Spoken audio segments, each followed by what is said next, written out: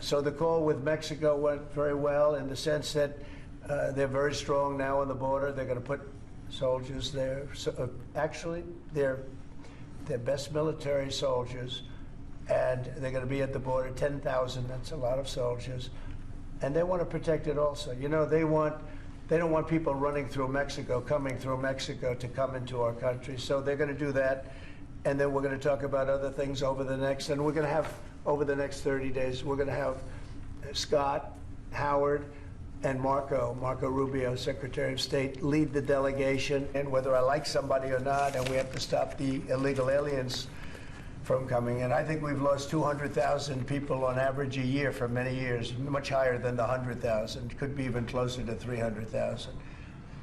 And they've agreed to put in 10,000 soldiers permanently, like forever, 10,000 soldiers at their side of the border and stop fentanyl and illegal aliens from coming into our country. They have a big incentive to do.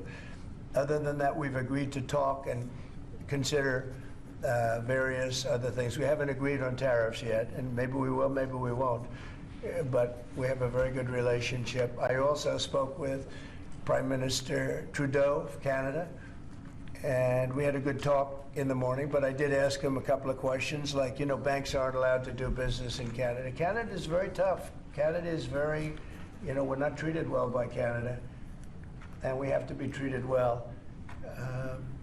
Banks are not, as an example, allowed. Did you know that? That banks, American banks, are not allowed to do business in Canada. Can you believe that? And that's one of many things that we talked about, and I think we'll win most of the subjects. But for some reason, a lot of things have been very unfair with Canada. I noticed that in the first term. You deal with people, and after a while you begin to realize, like you learn that Larry Ellison's very tough to do business with, okay? He's a very tough guy. I mean, I'm sure you're shocked to hear that. But Canada is very tough. They're very, very tough to do business with. And we can't let them take advantage of the U.S. They don't take our agricultural product for the most part.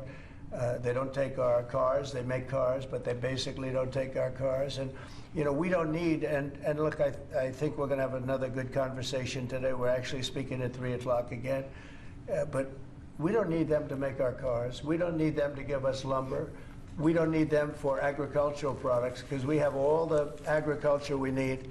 They don't take our agricultural product for the most part, our milk, dairy, etc. A little bit they do, but not much. We take theirs.